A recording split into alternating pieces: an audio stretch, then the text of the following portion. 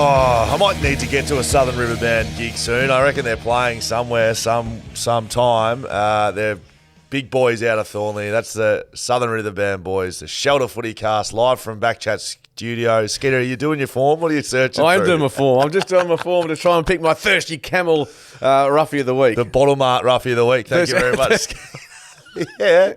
Very big partners of our Thirsty Camel, but that's on Mondays, Skeeter. Okay. We've been doing it for 6 to 7 weeks now. The Bottle Mart Roughie of the Week. Can I put a disclaimer? Because I do work at 6PR, we have a sponsor for essentially anyone who runs onto a footy field. So if I've got 45 sponsors running through my head, I apologise to Bottle Mart. That's okay, mate. I'll let you get those for me because we would like a roughie and not some sort of Shut up slight outsider for that little segment we do here. You can follow us on socials.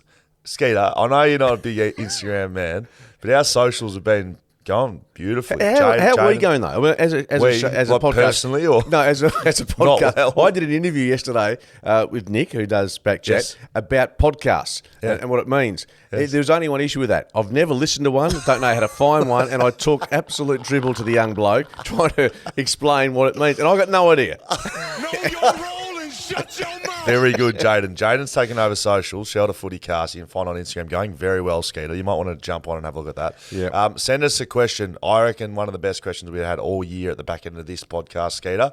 If you want to get involved in that little segment, footycast at shelterbrewing.com.au. Let's get into some of the big moments. Of course, Damien Hardwick.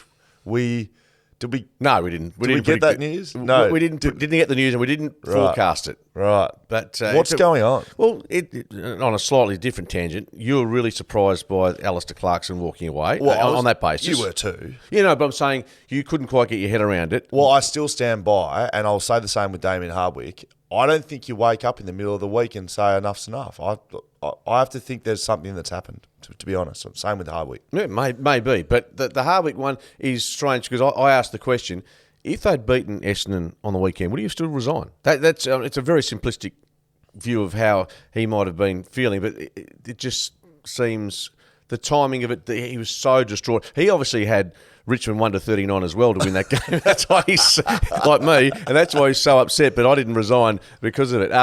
Yeah, look, it's a big story, isn't it? And you're suggesting that I'm not suggesting anything. It's just my look.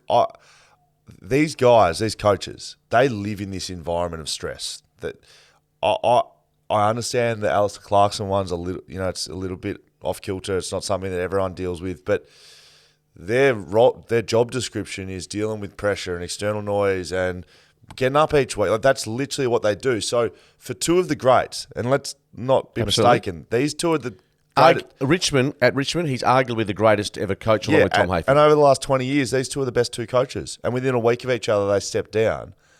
Look, I just don't believe in coincidence. I don't believe in things just like, I wake up one day and I'm sick of doing that. These guys live in this moment. So I'll take you on with the Clarkson one. I reckon the Clarkson situation is clearly not a football-related matter. It is the stress of what he's been accused of, and I can totally see where he is. I can understand why he's taken that step away. The Hardwick one, I think, is more interesting because albeit he's been in the furnace for 14 years, and he and Clarko did have these conversations about just going into the cave after a loss, for instance, particularly. And Lee Matthews, I really summed it up beautifully. He said, well, you know what? The stress is like that for a coach. And it's, you're not curing cancer, you're not saving lives. It's a highly paid job. By the same token, you take it very personally when you lose. So he essentially said, go into a cave after a loss. So essentially, 2 out of every 3 weeks, historically, a coach, and that's at best, goes into a cave because a win-loss ratio of 66%, a win ratio is pretty good. Yeah. So Lee said, 2 out of every 3 weeks, even the best coaches go into a cave. on the positive side, Damien Hardwick stepping away. I keep seeing that clip where Brendan Gale was on. Must be said, I reckon we've got a better set than they had in 2010. It was like this boardroom table. It was Gary Lyon, Caroline Wilson, Hutchie was there, I think, maybe one other player. And Richmond had just had an internal document leaked to the media right before Brendan Gale went on to it was Footy Classified effectively. And it said, before 2020, we're going to win 3 flags, we're going to have over 75,000 members. And it was bang, bang, bang, bang. And Huge. at the time, 2010, Richmond were going A basket case. Yep. And Brendan Gale sat there. I don't know if you've seen the clip, but He just sat there and went, no, I'm not embarrassed. I'm proud. Like, we're going to be the best side in the competition by 2020. And that was 10 years pre.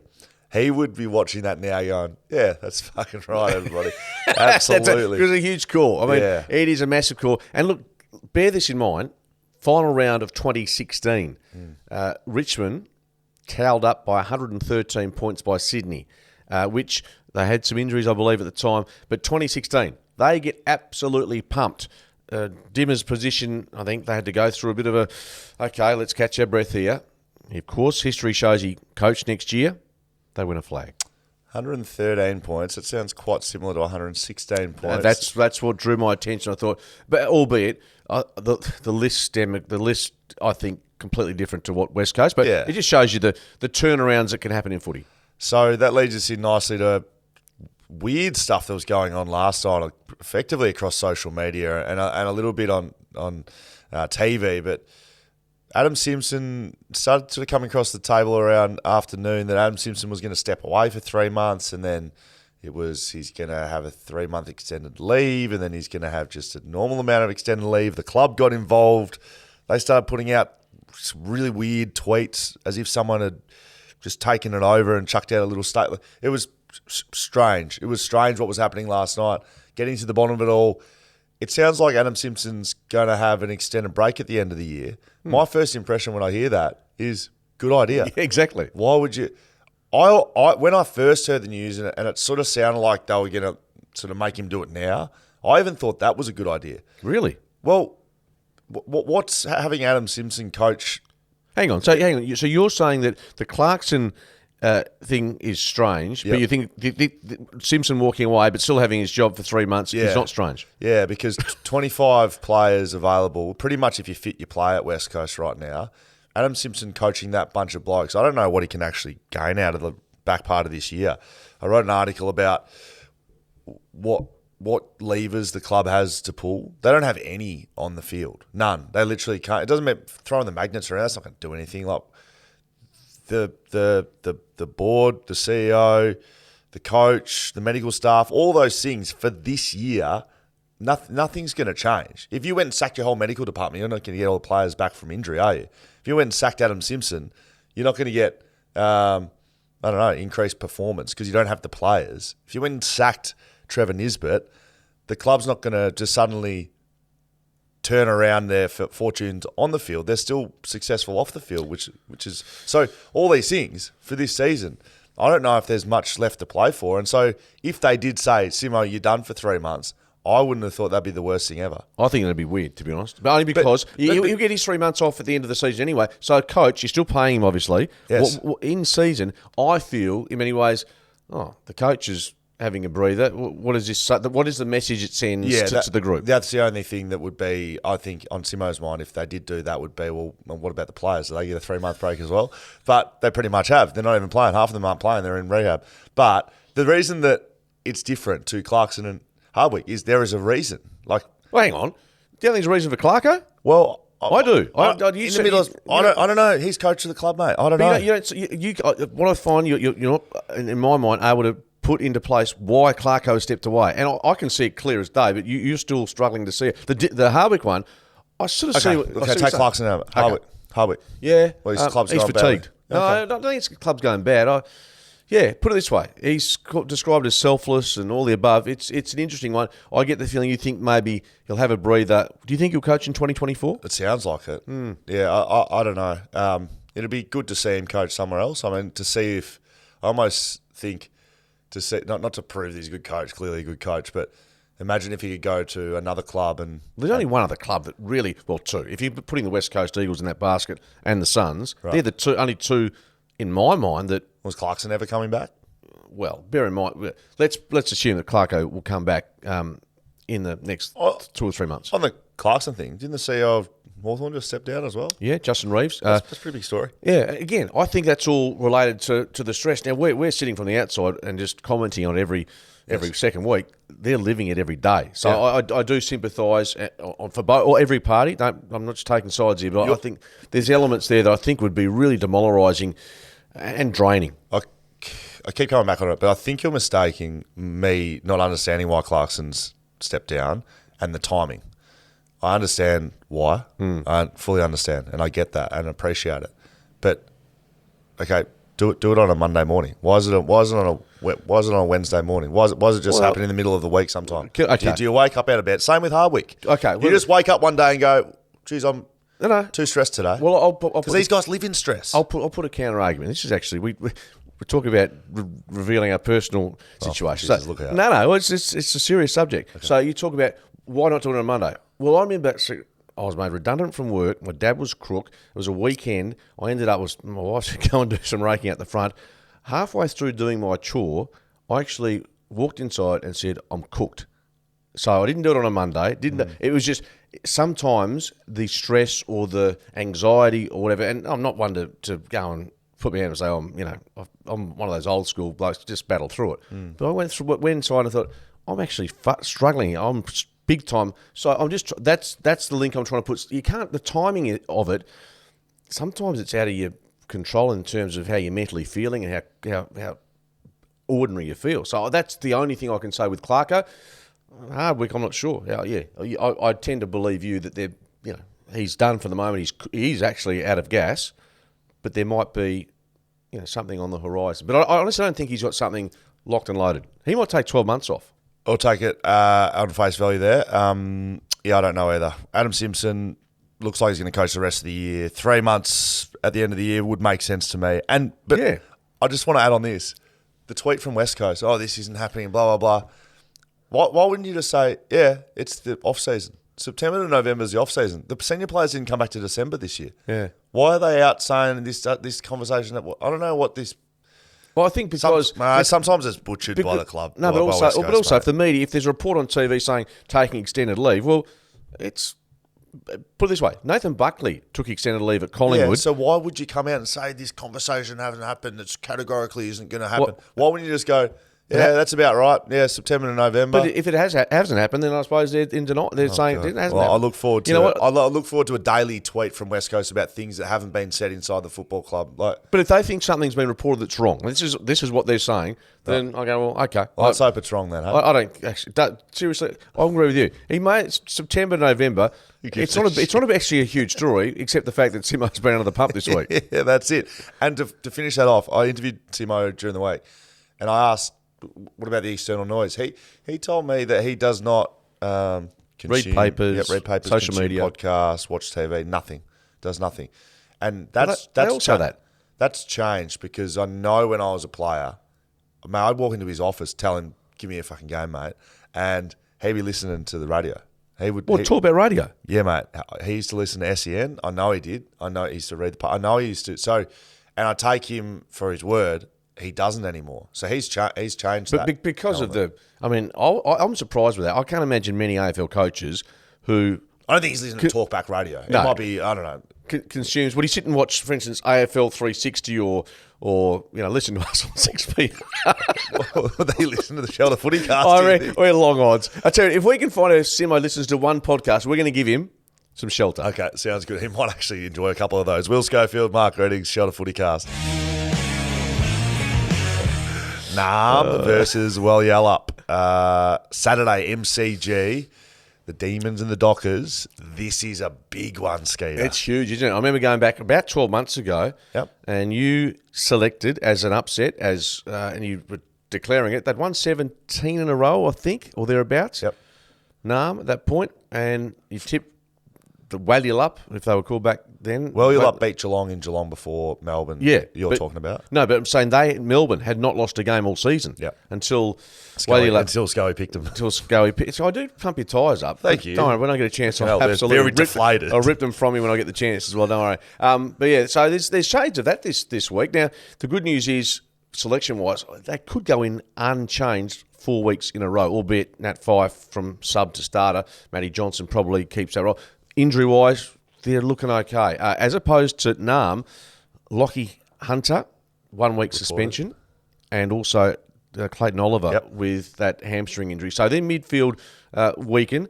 They've still got a very good ruck combination, and we know they've got a lot of talent. But this is a window for Wellyallup. Yeah, so look, there's some massive matchups all over the ground as well. Brayshaw brothers playing against each other, maybe on each other, don't know. The ruck battle for mine is is huge. Gawn and Grundy v Darcy and Jackson. I think Darcy's close to the best ruckman. Him and Tim English. I think they're both above Grundy and Gawn. Gawn got held pretty tightly and not much impact on the game last week by some really physical play and team physical play by Port Adelaide. We saw a shocking free kick against Sam Powell-Pepper, but all over the ground, whenever Gawn tried to go anywhere, he was bumped, he was ravaged. I don't know if Fremantle will do that, but looking at Max Gawn's career and his track record, I would say he's gearing himself for a huge game. If he's quiet, he's not often quiet a couple of weeks in a row. So that battle for mine, they're the two best ruck combinations in the league, aren't they? Absolutely. Yeah, no question about that. What Wallylup has done over the past 3 weeks, they've kicked 100 points, which is significant. Haven't done that since 2014. So we've talked about that pretty regularly. And I know you're saying it's off the back of their defence, which is absolutely spot on. If they can win this game, just to nut it down, if they can win this game, look, they've still got to obviously make the 8 and then work their way from there. But they are officially back as a team, and you can feel it, can't you? Yeah, it's backed on the back of their defence that they're back from. If they beat Melbourne, and before we go any further, I will say the bottom art roughie of the week comes early this week for Scully. I thought it would. Pick and Freo, I think they'll beat Melbourne. I think they've got the tools. I think they're back. They're back defensively. Nice little stat to throw at you, Skeeter. Since round 7, Fremantle have scored 40 points per game from defensive half change, ranked number 1 in the AFL. So if you can get back to round 7, that's 4 weeks ago, they've started doing that because they're set up well behind the ball. And I spoke about this on Monday, about what they did with their matchups. They'll do the same against Melbourne. They've got great protection. And that's what's getting their game going, their defensive side. Make no mistake about it. Yes, they've scored 100 points, but that's coming off the back of what they're doing at stoppage and defensively. And so they're back. And that helps with Andrew Brayshaw's. Look, he had the tendinitis, but his last month or so of footy just been elite. Even going back to the Brisbane game, he's back big time. Him and Sarong playing really good footy. I'll play devil's advocate on this one, only because the teams they've beaten in the last 3 weeks, Hawthorn, we know where they're at. Sydney struggling, and I thought Geelong were poor last week. So I'm rapt to see them playing good footy, and I agree with you. They are playing with a lot more confidence. Their system looks in place. I just think Melbourne is still a cut above even Geelong. I think they will be on the weekend anyway. I think they'll bring in Ben Brown. He's been playing in the VFL. I think they'll bring him in to play along Van Rooyen to go a little bit taller in their back line. Because Freo's so tall, if you don't have the matchups out there, Brennan Cox does what he wants. Basically, he'll play on a small and then just roll off and mark. So they'll have to play Ben Brown, I think, and maybe a Melksham as well. Going to be a great contest. That's my bottom art roughie of the week. So you're picking Melbourne. I'm picking Naarm, as it turns out. Naarm. And I'm picking Naarm for Saturday night lunch. Wallylup. Are you going to get a chance to have a beer over the weekend? Or I've got a few functions on, but I'll definitely squeeze one in. Anything Stevie J at some stage? Doing him tonight. I've got Essendon on Friday night, something I'm doing, and then at the footy on Saturday. So, yeah. Oh, hey, busy. West Coast v Essendon, 5:40pm, Optus Stadium. Is there going to be 30,000 people at this game? Yes, there'll be 30,000. It's a Saturday night. Essendon's got a really good supporter base. I think there'd be almost like a curiosity factor with Eagles supporters, I would have thought, given... Is that Siri speaking to you? Yeah, I don't know what they're saying. With Eagles supporters, yeah, so it's talking to me. I don't know how to turn this off, by the way. I don't know how to turn it off. Why does it do it to me when I'm just having a conversation? You look at Jaden for? I don't know, he does all the technical shit. Anyway, Siri, please be quiet. I don't know how to stop it. Anyway. West Coast. Essendon. Tommy Barras comes back. Yep. You think Edwards in the midfield? Well, he's available anyway. Whether he is coming into the side. Johan Hearn. Well, Johan Hearn's the other one. Both, I reckon, both still a question mark. But what is you got any intel on? Maybe one of the two. The way I heard Yowie speak this week, I think it's 50-50 at best for him. Well, so wrote this article this morning around how West Coast get out of the troubles they're in, and I keep coming back to it when I spoke about it this week. I told you I was a bit exhausted with talking about West Coast this week. But every time I spoke, I came back to the players. And that's not to say that it's the players' fault. I think there has been mistakes in list management and medical, all of that stuff. I understand that. But I think the only group of people that can actually turn this around is the players. It doesn't... in the end, it doesn't matter who your CEO is. It doesn't matter who your coach is. Absolutely. Obviously, there's great coaches and poor coaches, but in the end, everyone's doing a pretty good job. It's down to the players and how quickly they can improve. Because clearly there's players right now that are not at AFL standard. They don't have selection pressure on. Because I was reflecting on my career. There was years I'd go. I'd play 3, 4, 5 games in the waffle. I'd be in the best every week. I'd be beating my man. I'd be having touches. Donuts. Not even getting a conversation. Right now, you just have to... Which is a healthy sign for the footy club, but not you. It's awesome, mate. But as a player, no, it is healthy for a player. That's what my reflection was. That's what makes you better. Sink or swim. If you can't get it done and you're not playing, you either get better or you don't get a contract. That's pretty much how it goes. Right now, if you're fit, you play. If you're not that good, you're still playing. There's no pressure. And again, none of these things are the players' fault. I'm not putting this on the players, but... to have a Yo and a Hearn, when did Yoey last play? Why would he be playing AFL? Well, that's the question. Is there a chance he might come back through Well, the he waffle? should be, but he's not going to because they don't have any players. So, But is he too valuable a commodity, even at the back end of his career, but the last third of his career to be playing as a sub? Jaden, can you have a look when Yoey last played AFL? He played this year, obviously. Yeah, he played this year, but It's only round 11, so I reckon he would have played 6 weeks ago. mate, no player in my entire career would have been out for 6 weeks, and the first game they're available, they come back into the AFL team. Maybe Nick Nananui when he was up and going. But if you miss 6 weeks, that's a significant injury. 4 weeks for a hammy. 6 weeks is a huge time out of the game. That's the problem at West Coast right now. Guys are just rolling in and out of the team and hoping for the best. Yeah, it's very hard for them to hold each other accountable. No, absolutely. And look, you mentioned about the players, but and again, I'll refer back to Lee Matthews, having listened to him this week. Great coaches don't make great players. They do in some cases, but generally, a great team makes a great coach. I mean, without players out there, coaches can look really silly. Harbour could say that, Clarkson would say that. All those guys would say.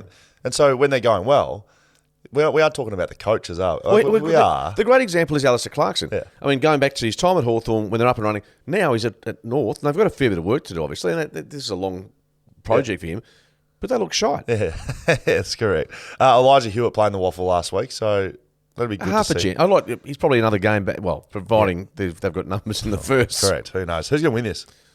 Well, give me a margin more particularly, because Essendon's been really good. I think we've underplayed what they've done defensively this year, and I remember almost this time last year again. It was one of the worst they displays. Were pathetic. Pathetic defensively, and that's the last time these clubs met, and the Eagles won. Didn't West Coast win? They won on a Friday night, I think it was, at Optus. Ain't happening this weekend. Essendon by 40. I think it's going to be more competitive from West Coast. I think that's all fans want from a West Coast perspective, is to show some real ticker. They're going to go through the ups and downs. I agree, Essendon to win, but let's pray it's under 50. 16th of April was the last time Elliot Yeo played, so that's 5 weeks ago. He should be playing waffle. Will Schofield, Mark Redding's Shelter FootyCast. Sydney Carlton Friday night game, SCG. This is hard. And my Friday night tipping, seriously, it is how hard is it? Yeah. So just remember, the underdog has won every round one.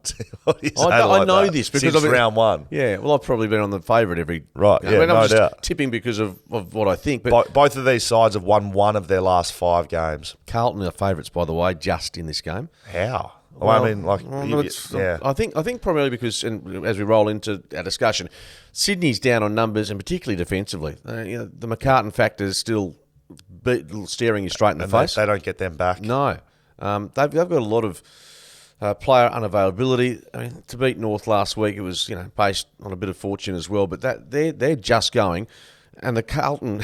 There's a Carlton.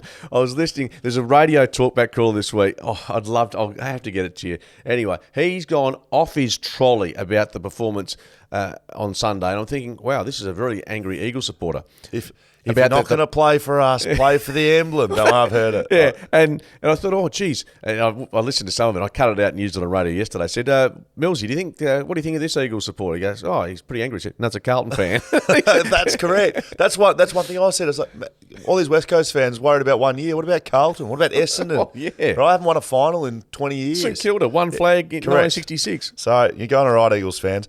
Sydney Carlton, the Blues are averaging just 67 points from its last 5 matches at the SCG. Skeeter, is that helping you with your tips? Tom Hickey might come back from concussion. They lose Laddams, he goes out with injury. Carlton might get back George Hewitt. They've got to play him to give him some more grunt around the footy. Might get back De Koning. He's an interesting player. Why he's not being able to break his way into the side? He's a talent. Yeah. He's a definite talent. There's talk of him being... Well, they really like what Pitternet does around the footy. He's, contested. He likes the physicality. Stoppage clearance has been really good in that department. Yeah, like Carlton are going well from stoppages, but they can't really do anything else around the ground at the moment. No, they won their past 3 against the Swans. I'm going to go out on not a limb because they are slight favourites. Who's the underdog? Well, Sydney underdog. But Sydney. It's a 50-50 game. I'll pick Sydney. I'll pick Carlton. Okay. St Kilda v Hawthorn, Saturday at Marvel Stadium. St Kilda have won their last 5 games against the Hawks.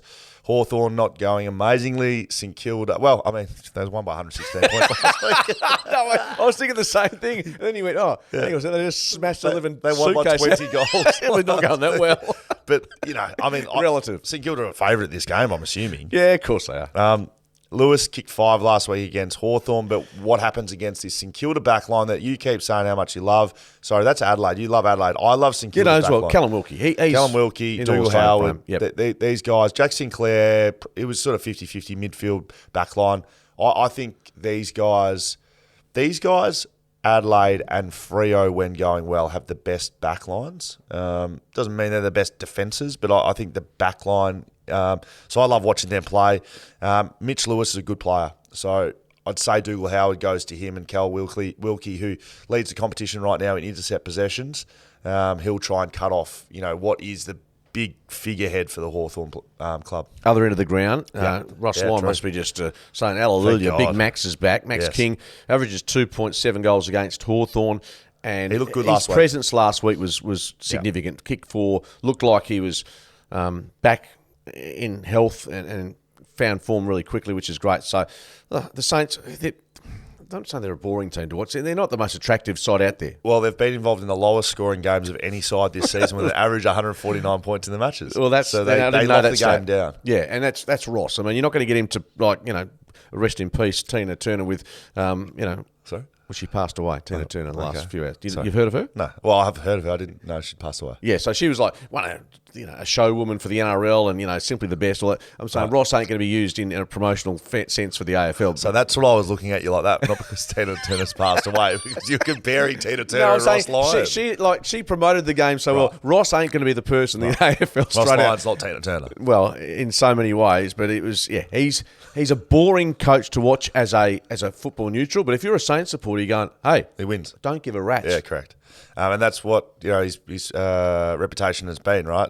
The people that play under him is like, well, we win, so I don't care how we play. And I agree. Mitch Owens, I didn't speak about this Monday. You love him. You love him. Well, I do, mate. But Mitch Owens, mate, did you see him get knocked? Yeah, that was Caminiti, was it? Mate, that was... it's irrelevant to me who it was. I think that's right. But friendly fire. It looked like Daniel Venables to me, mate. Like, it looked horrific. I hope he doesn't play for 2-3 weeks. Just such a young star. I didn't realise they were playing him as backup ruck. He was jumping over... How tall is he? Mate, he's 191 and he was jumping over GWS's backup ruck. Like looked like Adam Goods, mate. Like, he looked amazing playing in the ruck. I wouldn't be playing him in the ruck. He's a superstar, but that was a big concussion, and I hope he gets a decent rest at it. St Kilda wins this one for mine. Yeah, Saints for me. Geelong v GWS, GMHBA Stadium, then at Cardinia Park. Geelong, 2 losses in a row now. They don't often lose 2 in a row. They definitely don't lose 3 in a row. And they never lose it. GMHBA anyway, do they? I think this is an absolute blowout. I think Geelong absolutely dominate GWS. Yeah, I can't disagree. Again, you're not picking them for your bottom up roughie, are you? No, I'm not. No, okay. I can't disagree with you. I think Geelong, though, really, they are far from going flash. And I hope maybe Paddy Dangerfield, touch and go, to come back this week. Yeah, I think he's still out. Yeah, still out. Defensively, I thought they were poor yesterday. They were caught on the spread. I thought that's just Freo looked a lot quicker. The Giants have been competitive in most games, but look, you see a lot of sides get whipped in Geelong. I think Toby Green, the skipper, game 200 for Toby. He's been an outstanding player. And they say it all the time. Imagine if he was at a high-profile Victorian club.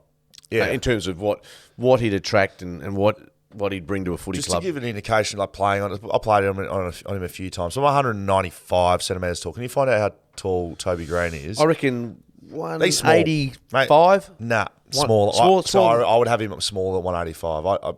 Not much smaller. 182, 183, something like that. He's small, mate. And what he does as a small forward, 181. There you go. What he does as a small forward, he plays like key forward.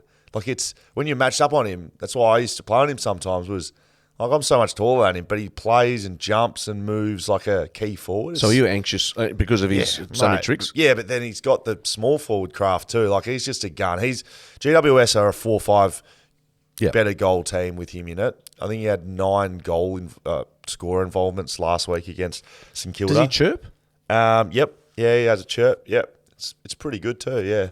Yeah. Yes. Yeah. But he just works his ass off. He's hard work rate. I'm not sure if there's going to be too many changes. Callie out with a hamstring for GWS. They've actually got some issues. Himmelberg out with concussion. Haynes out with concussion. Callie with a hamstring. So they're going to have to change much out. I think it could be ugly. 10 goals to Geelong. Yeah, I'll buy that as well. Okay, Gold Coast v Western Bulldogs. This is in Darwin, by the way. Yeah, that's great. I love seeing the Darwin games. Yeah, well, just in terms of your tipping, not that you were going to tip the Gold Coast, but it just adds a bit of difference. The Gold Coast had the slippery balls out at training. So you've seen that at West Coast, right? Yeah, I've seen it for 20 years, 30 years ago. So, like, they used to do it at West Coast. They used to empty a whole thing of detergent into these, like, eskies, and the balls that come out, you literally couldn't touch them. Like, they would just shoot through your hands. Well, it's like, what I mean, when Wooshie was there, it's slightly different. I'm not sure why they did it, but I remember being at Subi, and Blindfold. I'm sure you were there, the blindfold, and Chad Fletcher... Chad Fletcher ran towards the boundary, and he goes over the fence. Why were you doing blindfolding? Well, I think it was, I wasn't there, but that was, to use your voice, basically. And no one spoke to Fletcher. And he ended up in the first row of the Subiaco stand there. So, look, they're trying all sorts of things, Gold Coast, to get themselves up and going. This Western Bulldogs side is moving. I think they're one of the, if you're talking about power rankings and who's going really well, this Bulldogs team is that. Gold Coast faded late against Brisbane last week in the Q clash. It's Rory Lobb's 150th game. It's Sam Day's 150th game. I swear Sam Day was in my draft. Feels like he's been around forever. I'm gonna have a look. He's had a lot of injuries, hasn't he? What draft was Sam Day in, please, Jaden? So there's a couple of 150s, some key stats for your Skeeter. Suns have lost 9 of their last 10 against the Bulldogs. Only win coming in 2019. Yeah, but have they been beaten by the Bulldogs in Darwin? That's a very good question, Skeeter. Do I know the answer? No, I don't. Since round 3, the Bulldogs have conceded just 63 points per game, ranked first in that time. So their defence is short up. They've tidied that up. As you mentioned, Tim English, really good. Their midfield, I mean, when you've got Aaron Norton up forward, Bailey Smith after coming back from a mini break, Tom Liberatore and the Bont. Yeah, again, I wasn't big on the Bulldogs at the start of the year, but who they are beating and how they are doing it, I reckon it needs to be looked at a bit closer. So that on that basis, I've got them winning again. And Stuart, you've got to feel sorry for him in some part because every time there's a coach moving, he's going to go. He's going to go, guys, poor bastard. So he came out and whacked a few though in the media. Said, "I'm the man." Yeah, well, good on him. Yep. You may as well stand your digs, but at the end of the day, this team, I think he's put it pretty succinctly on Monday. Look, you just draw up the ladder and put them in that sort of 9th to 12th every year. And the plaque, here lies the Gold Coast Suns. I picked the Bulldogs as well. Me too. What year is he coming to the league? 2010. So, okay. Bit after. Certainly not in one.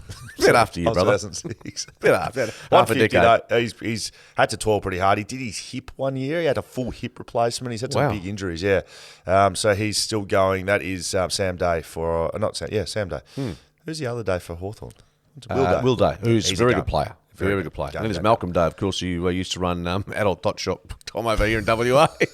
Good mates with him. No, I don't really know Mr. Reddings, nice to see you again. Richmond v Port Adelaide. Ooh. Sunday MCG. This one's a good one. So I looked at this beforehand, and this was going to be my bottom up roughie of the week. Can't be. Well, it can't be now. I looked at the odds. How the fuck are Richmond only $2? Port Adelaide is flying. They just beat Melbourne. Yeah. Richmond are shithouse. Yeah, I know. And they're going to win. They'll win, will they? Oh, yeah. Oh, mate.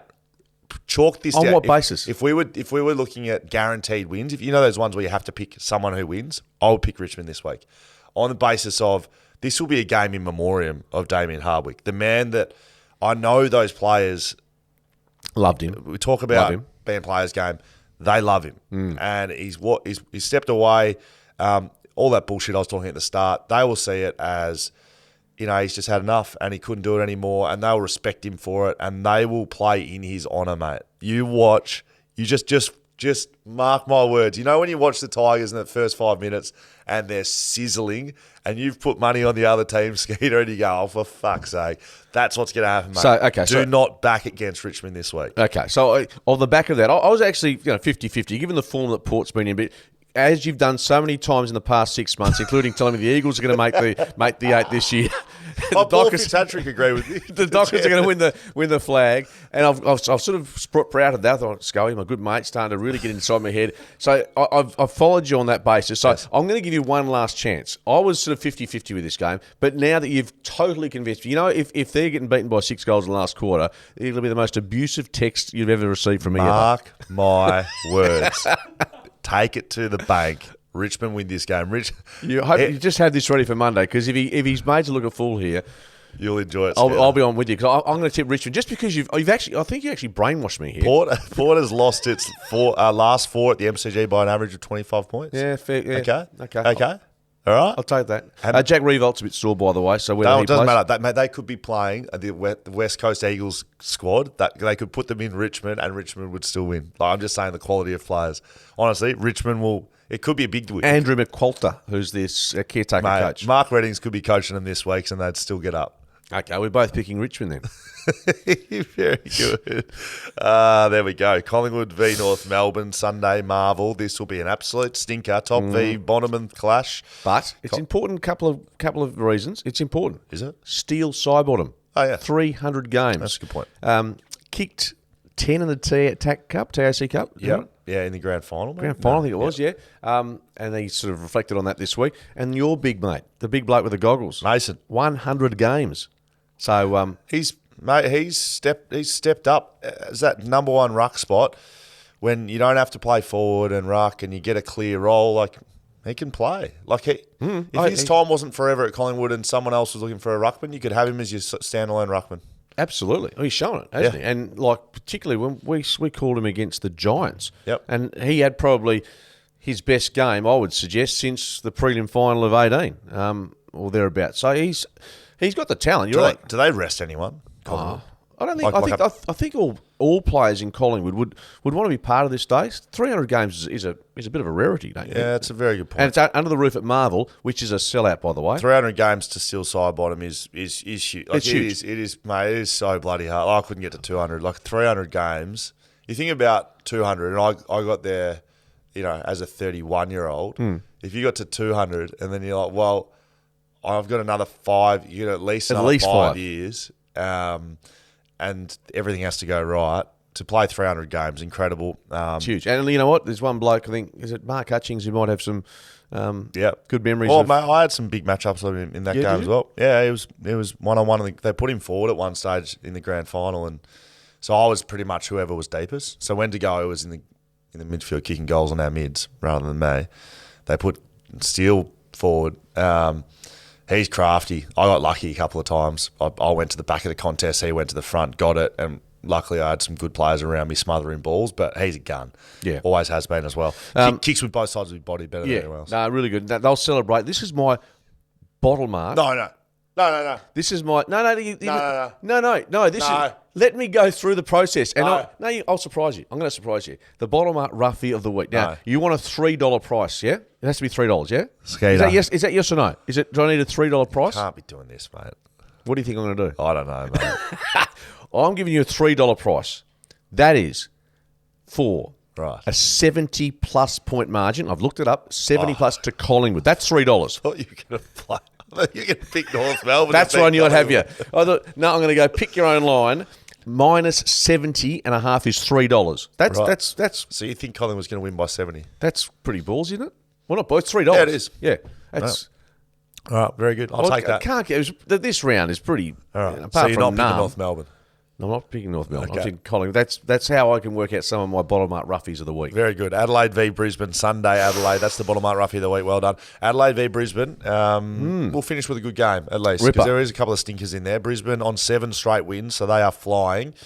Can Adelaide bounce back from what must be said was really disappointing against Western Bulldogs last week? Adelaide averaging 100 points at Adelaide Oval in 2023. So that's where this game is. You don't like Brisbane away from the Gabba. No, and I'm thinking last week in Ballarat was a bit of an aberration for Adelaide, so I'm prepared to forgive them that. I think you'll find that Tex Walker comes back after being rested, that Riley Thilthorpe That's a big in. is fit as well. I'm not saying they sort of took a mulligan in Ballarat by any means, but I just get the feeling that was a game they probably maybe didn't expect to win, or there's some sore bloke. They get Duday back. Important from concussion. You like this back line? I do like the back line. In fact, I like Adelaide in this game. As If they were paying more, it would have been your roughie. Yeah, but they're playing too well. So it's a minor upset, but I think they can beat Brisbane. I think they've won their past 6 or 7. So on that basis, look, Brisbane's going beautifully, and Dunkley, almost the recruit of the year. He's in the conversation. Oh, you need to give me. There's got to be someone else, doesn't there? Like a mature age recruit. Isaac Rankin's been great for Adelaide. Yeah. There's a few there, but I think Dunkley's going to be. They'll look back and say, "Wow, that's a good pickup." Tom Mitchell at Collingwood. Yep, good shout. And in terms of like his importance to that side as well, but Dunkley has been really good. Yep. I'm picking Adelaide to cause a mini upset against the team I've tipped to win the premiership. Not often I listen to much that comes out of your mouth, but you might have actually turned me around. Just touched on something. I just don't like Brisbane at the Gabba. I listened to you about that. Away from the Gabba. Yeah. I'm taking Adelaide too. Don't know why I'm doing that, but there you go. Well, you've already put your tips in for 6PR, and I saw that. Who did I pick? You tipped Adelaide. So you didn't really listen to me. You'd already tipped them anyway. But I like the fact you're being sympathetic. So do you copy my tips when I put them in before you at 6PR? You know what? I forget to put my tips in almost every week with 6PR. So you look at mine, but then you don't. Well, it comes up on my email. Why don't you reply to it like a normal person? I guess I've got other things to do apart from putting tips into 17 different footy tipping competitions. Will Schofield, Mark Redding, Shelter FootyCast. Now, Skeeter, I need you on your toes a little bit for this one, mate, because we've had a question come in from Jabe. Now, Jabe says, hey, fellas, I know it's early in the season, but would love to hear maybe 1 or 2 players from each line you guys think are genuine locks for All-Australian. Jeez. So sit on your feet, up and about. Okay. P.S. Hang on. P.S. Grew up watching Mark Reddings read the sports on TV and fucking love hearing the legend let loose and release a cheeky swear every now and then. Good stuff. There you go, Skeeter. Nice little fan in Jabe. Very nice, yeah. It's nice to be recognised for the work I've done for 30 years as opposed to this podcast. Now, wow, okay. How about we can do it together? We don't have to have opposing views. We can workshop this. So just throw some names out. So there. we're talking the back line, yeah, as in. Yeah, let's go. The back line. Callum Wilkie leads the league in intercept possessions. A lock. Yeah, and I love what he's been able to do. And I think Darcy Moore's probably going to be... He's centre-half back, exactly. So I think you put them together. Lever or May actually in the conversation this year or not? Maybe Stephen May, yeah. Not Lever, maybe May. What about someone like I'm trying to think who else. Collingwood-wise. I mean... I've loved Murphy's plays a role, but Nick Dacos, perhaps. Well, he's got to. Well, if that's where he's playing. Well, he is, isn't he? He's playing off that half-back flank. So he is, isn't he? Absolutely. So you tick for him. There you go. There's 3. Darcy Moore, Nick Dacos. We don't have to name each one. Okay. So mids. We're looking. Mids, locks. Bontempelli. Yes. Lockie Neal. Yes. Was Oliver or Petrarca or both or either? Well, you put both those. I think if you're doing 2, Bontempelli. Yep. And who's your other mid? I'm just trying to think of who's been dominating. You can't have Tom Mitchell probably in there, but Jordan Dawson has a bit of a maybe. What about your ruckman? Well, that's a good one. We're going 1 or 2 rucks here. I would have 2, and I would play Tim English and Sean Darcy. My second. That would be in that order. I'm taking Tim English maybe because he's got a better chance of going forward and kicking a goal. Okay. Yeah, but there. If you're putting one on the bench, it's Sean Darcy for mine. Yeah, I agree. All right, forward line. Charlie Kerner. Gun. Jeremy Cameron. Well, Jeremy Cameron, I think, was regarded about 4 weeks ago as the best player in the comp. So Charlie Cameron. I think you're going, well, let's go the Cameron boys. Yeah, Charlie Cameron, Jeremy Cameron, Charlie Kerno's in there for mine. You have 2, though? Or we can more than 2? No, we can have more than 2. We can just throw some names around. Yeah, they're ample. I'm trying to think of anyone else that's... off the top of the head that's, going gangbusters. Collingwood, top of the table. Get a sniff. He's top 5 in the Norm Smith. Probably not. Oh, possibly. But if you're looking at key positions, and it's interesting at Collingwood, I'm trying to think of forwards, but they're so even. There's no standout. Well, there you go. Skeeter and Scully, without notice. without much of notice and much of an idea, giving you a couple of ones there. Last one. We have to wrap this up. Clubs should be given more support to retain coaches. That's off the back of a few coaches. Justin Longmuir mentioning in his press conference around the soft cap. Yep. What do you think about that? Yeah, look, you probably know, given people that are stepping away as well. You probably know more than I about the machinations of the footy department, how it works. But given COVID times, obviously, I think it was a really big slashing from the AFL in the soft cap down to about 6.7 million or thereabouts in the 6 million category. It's back up to 7, but blokes like J-Lo and Co want more put back in so you can provide the support service. I guess from an outsider's point of view, like there was an amazing picture of John Worsfold coaching at Essendon about, might have been 5, 6, 7 years ago. Yes. In the coach's box, and all you saw was Woosha, and there were looked like about 15 in the coach's box, which led people to believe, what the hell do you need all these people for in a footy department, and obviously which comes under the soft cap. Yeah. So that's the outsider's view. Yeah. But I'm sure there's so much days off, they work. I mean, it is. I know for a fact that West Coast have had to cut people when the soft caps come down. Yeah. So, people weren't just sitting there doing no role. So when that happens and you lose people in a business, then other people have to take on those slack positions, and that's what's happened, I think. I know for a fact assistant coaches, hardest working people in footy. And I would just never in a million years. You wouldn't go that path? Coach. Mate, I've been coaching Aquinas, loving that, and I love that. But going through the video... They spend hours a day clipping and editing and giving to players? Video and giving to players, which as a player, it was great, but you watch it once. Yeah. And you learn something, but it's also, they've probably just spent 3 hours trying to clip that. Yeah. The whole game up together, and you get a few edits, and then which is like a TV editor in all seriousness, where you got a minute story, they work for 3 or 4 hours sometimes to put it together, and then it's gone. So this is your coaches. Just having a look at a bit of an all-Australian team, just seeing if we missed any major names. Petrarca Oliver. I don't think so. Tom Stewart, let's give or take that at the moment. He's a good player, but hasn't been amazing this year. Toby Green. I'd have him in there just because of his small forward prowess. Given Port Adelaide how they're going, Zach Butters and Connor Rose. Yeah, I think, do we miss a trick with that's all right. Zach Butters? Or certainly from last weekend. He was Zach Butters in the gun. So's Rose. But the two mids we named, we had to name a minimum of 2. I think you're pretty... Maybe we should come up with an All-Australian team for next week. Maybe not. Will Schofield, Mark Reddings, Shelter FootyCast. That's done and dusted. You can find us over at socials, Shelter FootyCast. You should follow that, Skeeter, I reckon. FootyCast at shelterbrewing.com.au. Use our email. Watch us on YouTube. Listen to us on podcast. Finishes off, Skeeter. See the footy on the weekend. Yeah, okay. Bye-bye.